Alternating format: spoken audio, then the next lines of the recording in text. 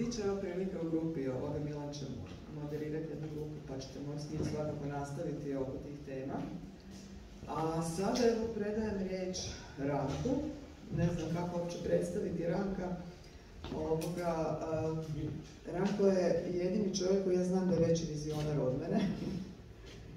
Napravio je jako puno na ovoj sceni nove ekonomije. Uvijek nekako promišlja korak prije svih, a ne samo da promišlja, nego povezuje i radi.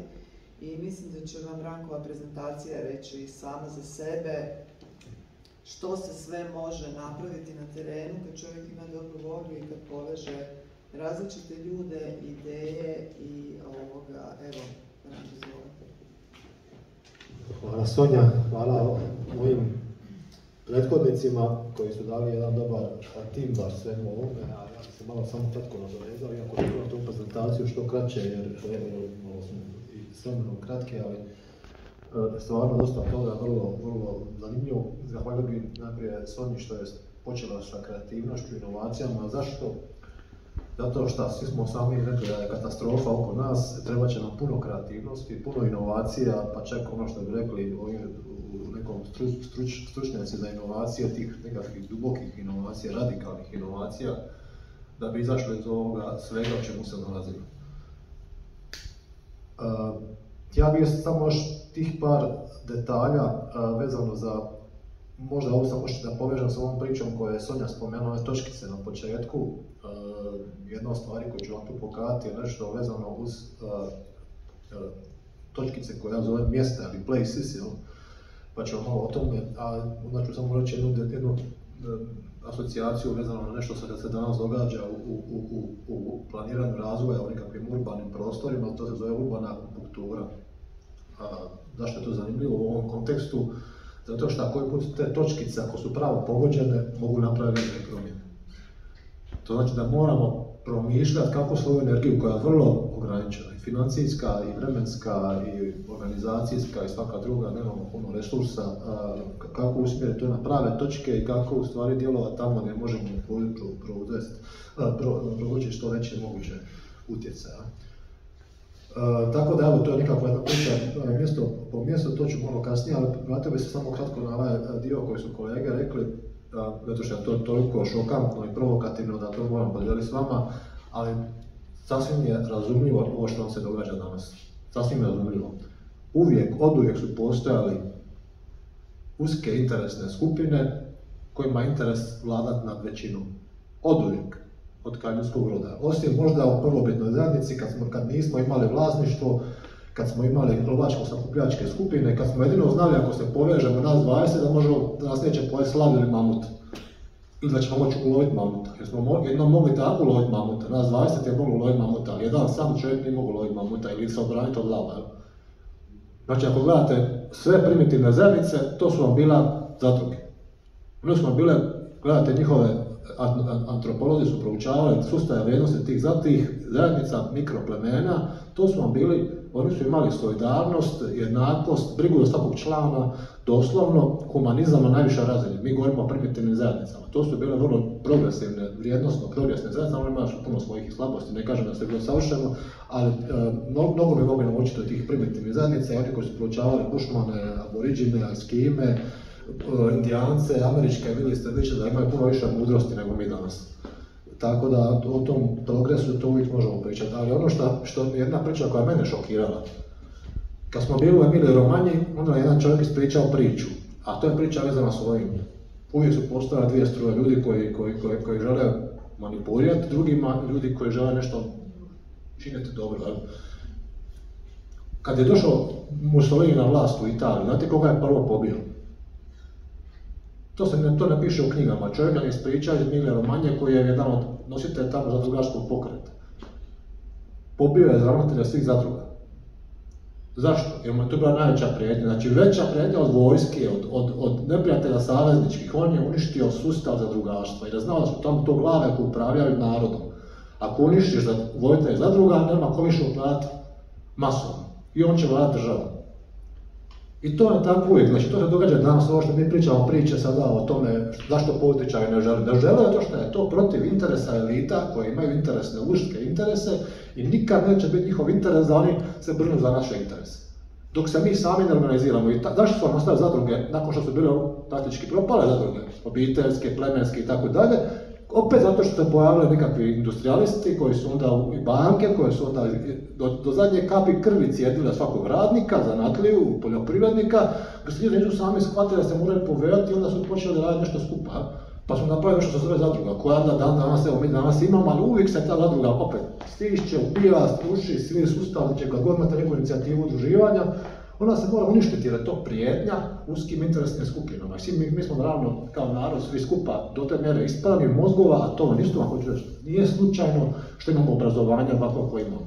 Ja sam se vjekovima, desetljećima pitao zašto je obrazovanje tako da neke stvari koje svi znamo da trebamo utkati u iskustvo i znanje djece, to se ne poučava. Zato što nikome nije interes. Nije to samo u Hrvatskoj, to je u cijelom svijetu, ne uči se kooperativno, nego se uči kompetitivno. Znači, ti moraš podijeliti pa vladaj, stalno učiš što počne, znači od vrtića do fakulteta, individualizam, podijeli pa vladaj. Jer ako se nas nauči kao ćemo nas 20 surađivati, mi smo super moćni, nama niko ne može ništa. Znači, nas sve vodeće koliko nas ima 30, da mi sad se kažemo, mi ćemo sada nešto napraviti zajedno, nas više niko ne može, osim nas mogu sve napraviti pobiti. Ali ako smo mi 30 nas organizirani, niko nas ne može ništa. To je taj problem što mi jednostavno ne shvaćamo da se namjerno sve ovo radi. I onda, dokle mi to naivno slušamo, čekamo da neki političar dođe, će promijeniti zakon, mi ćemo jednostavno samo čekati, ne se nikad ništa dogoditi. Jer njima u interesu se to događa. Tako da to je čisto jedan mali kontekst koji sam htio podijeliti. I samo da vam kažem ponovo, znači Emilia Romagna je bila jedna od najrazvijenijih regija Europe do Drugog svjetskog rata. Pa su ih sve pobili, pa su bili 30 godina jedna od najsiromašnijih regija.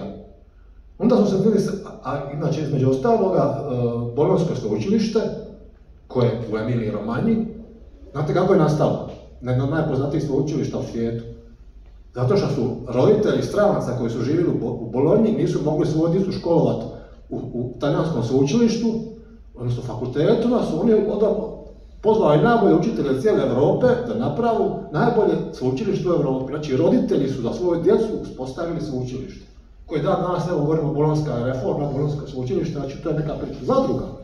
Znači, sveučilište je bilo zadruga. Znači, govorimo o suradnji ljudi kad nešto shvate da ne mogu sustavi neće pomoći, ljudi se udruže i nešto naprave. Ali su onda, znači, 70. godina, oni se sjetili da su oni imali zadruge, da ne mogu više tako živjeti, i onda su počeli ponovno uspostaviti sustav zadruga, ali taj sustav zadruga je upravo što Stipe, svaka čast Stipe, ja sam oduševljen sa tim šta pričaš, oni su napravili više razinskih slojeva, od lokalne razine, županijske razine, državne razine, evropske razine, svjetske razine. I da viš ko te onda može nešto napraviti. Naravno, da se budemo iskreni, sustav i danas je jako ugrožen. Znači, bez obzira što postoji sustav zadruga, mi ga gledamo globalno svijetom, vladaju korporacije, vrlo uski interesi, sve ovo što nam se događa je na određen način, mi se čisto čudimo koja logika ovo što se događa. Zašto neko sad danas ratuje u svemu ovome? Zato što su to interesi. Oduvijek su ratovi bili interesi uskih skupina ljudi, a ne naroda. Šta briga jednoga Rusa za Ukrajinu ili Ukrajinca za Rusiju? To je nešto zato što se nekome složio interes da to tako radi. Tako da to je samo, to sam morao spomenuti, jednostavno mi je to na duši i moram to podijeliti. Ali zato želim da ovo i super, ovo što je Sonja rekla, znači moramo koristiti ovakve susrete da se malo povežemo i da onda neke te energije onda usmjerimo u nekom konstruktivnom smjeru. Znači povijest nas uči, ali ajmo vidjeti kako u stvari razvijati te nekakve kolaborativne modele, kako sve ovo što imamo na raspolaganju, pa čak i oružje koje se upotrebljava protiv nas, koristiti da nešto napravimo. Znači moramo ko partizani, ko gerila, znači vidjeti šta nam stoji od resursa i uzeti neprijatelj oružje, pa ako treba i fondove i onda koristiti za neke dobre stvari. To je ono što je jedini način kako možemo doći do nečega. Ja ću vam sad pričati samo kratko u priču, jer nema puno vremena, ali samo kao jednu ideju, znači kad smo razmišljali kako u stvari te raditi nekakve promjene, onda je u stvari jedna od ideja bila, ajmo probati ponovno udruživati lokalne prostore, lokalne zajednice i sve počinje od lokalne, ovo što je isto i Stipe i ostali govornici su pomenuli.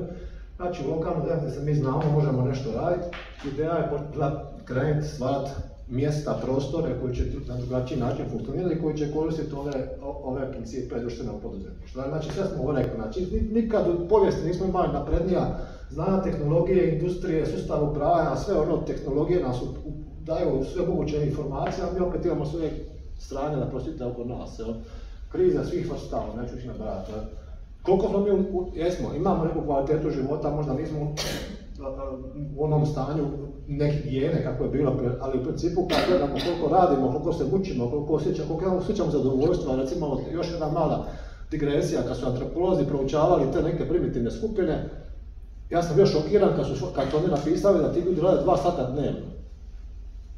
2 sata dnevno na njihovo radno vrijeme, oni skupljaju plod, malo tamo, i ostalo vrijeme šta rade, druže se, pričaju. Znači u principu njihovo radno vrijeme je 2 do 3 sata dnevno, primitivne radne skupine. Koliko je naše radno vrijeme? Oni ne znaju koliko rade, ja radim od jutra do sutra, jel? Gdje je moja kvaliteta života? Znači to je ono što u stvari mi možemo govoriti o puno toga koliko u stvari ovaj cijeli sustav koji smo izgradili je zaista u svrhu čovjeka ili u nečem drugom interesu, jel?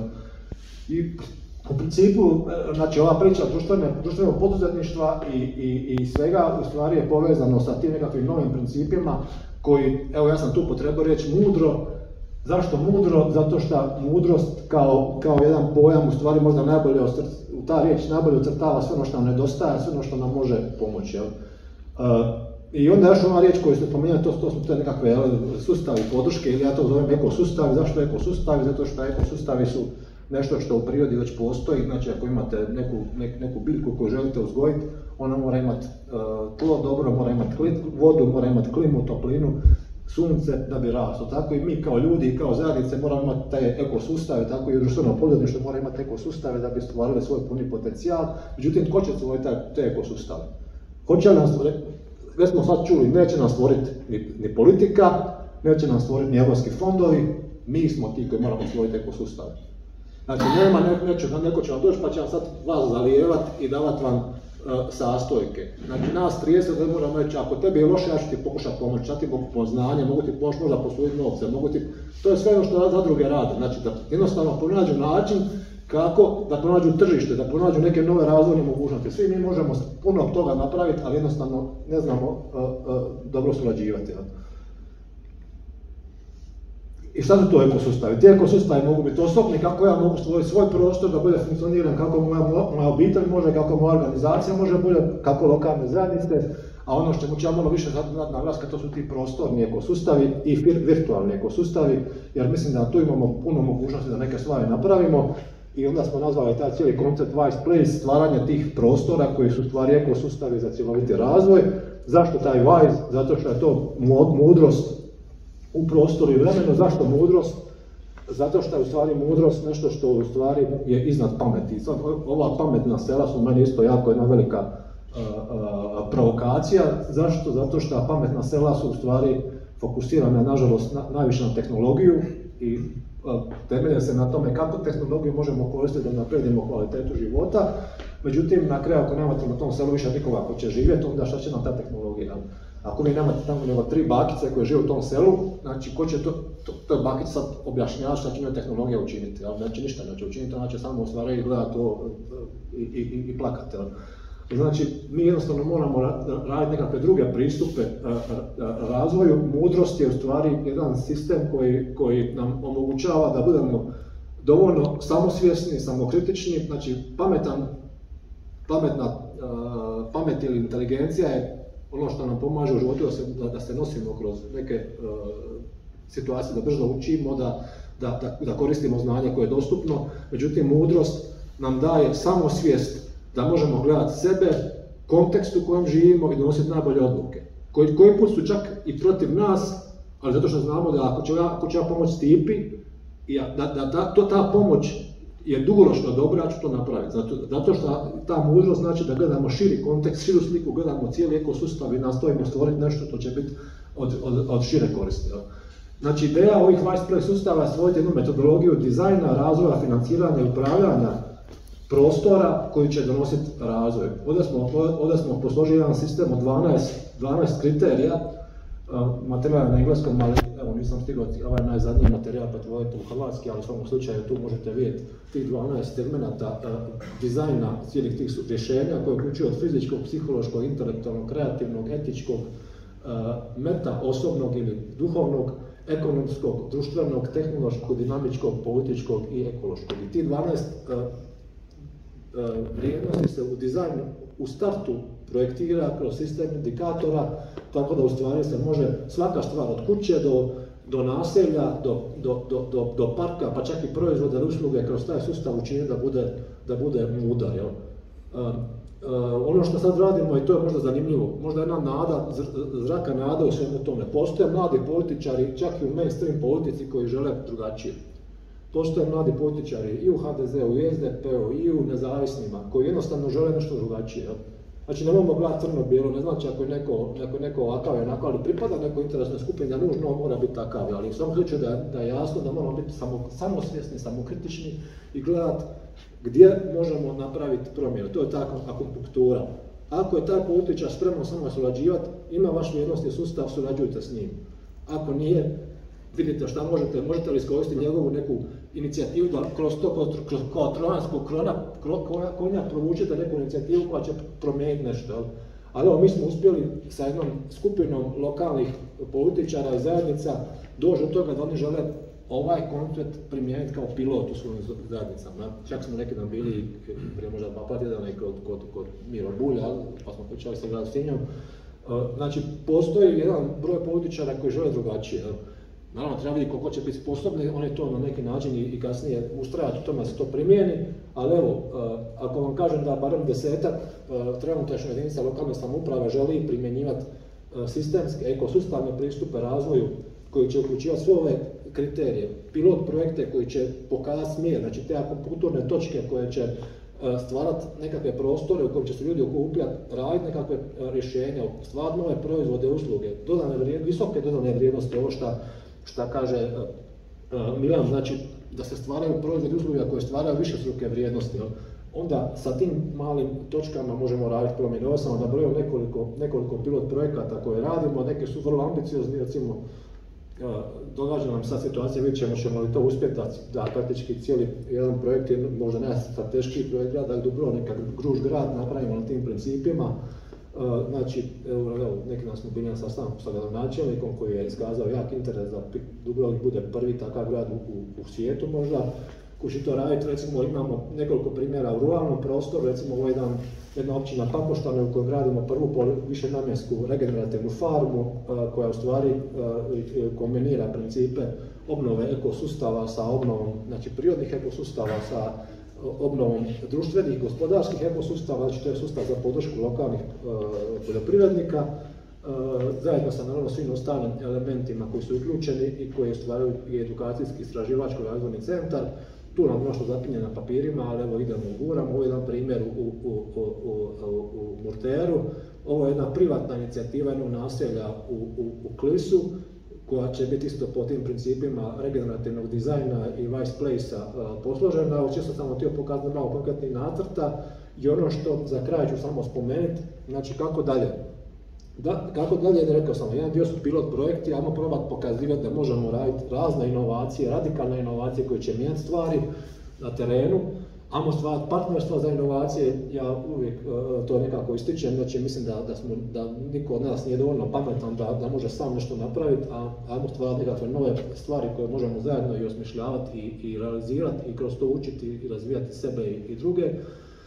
Ono što predlažemo, i to je jako dobro, ide kod jedinica lokalne samouprave, pa čak i nekih županija, evo tu smo pričali sad i sa Splitsko-dalmatinskom županijom, vjerovali ili ne, koja je zainteresirana da napravimo jednu mrežu strateških projekata koji bi razvijali ruralni prostor i ostale prostore koji su zanimljivi i rješavali nekakve ključne probleme. Zašto strateški projekti dobri? To su vam u stvari nekakvi organizacijski sustavi, nekakvi prvi počeci organiziranja ljudi oko nekih većih akcija koje mogu promijeniti sustav. Recimo, tu je Humana Nova, mi smo sad predložili jedan sustav na buduću urbane aglomeracije Split, uspostave cjelovite kružne ekonomije, odnosno kružnog gospodarenja otpadom, gdje u stvari ćemo probati osmisliti sve i socijalni aspekt, uključivanja za teško zapošljivih skupina i sve ostalo. To su ti projekti koji mijenjaju iz dubine stvari. Jel? I postoje, eto, neki političari koji takve priče žele čuti i koji žele takve priče raditi. Tako da, evo, i u tom smjeru neka nada postoji. I naravno, ono što smo rekli, zadruge su jedan stari oblik udruživanja, vjekovni, više vjekovni. Mi danas nekako zagovaramo da možda zbog nekih i psiholoških razloga možda treba koristiti neke nove modele, a naravno i zbog nekih drugih konotacija. To je ta riječ klaster koja duše nije hrvatska, ali grozd ako ćemo govoriti hrvatski, ali klasteri su zanimljivi zbog toga što oni povezuju, za razliku od zadruga, ne samo fizičke osobe, nego, na primjer, i obrazovni sektor, i jedinice lokalne samouprave, i inovatore, i čak znači, civilno društvo, ali i recimo, na primjer, predstavnike ustanova zaštitu okoliša, na primjer, nacionalne parkove. Ti klasteri za inovacije su jedan zaista dobar okvir za povezivanje dionika u nekakve zanimljive inicijative koje mogu donijeti promjene. Tako da, evo, mi guramo ovu našu nacionalnu priču malo sa kašljucanjem, ali ovu regionalnu koja ide dosta dobro, ali bi svakako volio da pričamo i o budućnosti klastera i gdje zadruge mogu imati također jako važnu ulogu. Znači, klasteri su nekakvi inovacijski centri koji zajedno sa svim dionicima onda osmišljavaju nekakve strategije za promjenu, a mislim da nam je strategija i mudro promišljanje kako iz ove situacije beznađa doći do nekakve snage i do resursa koji su nam potrebni, uključivo i financijski, da je to jedini pravi put kako možemo napraviti korak prema rješenju ove situacije. Evo, ja bih time zahvalio, trebao sam biti to kratići, ali evo, ako bude pitanja, tu sam da odgovorim. Hvala.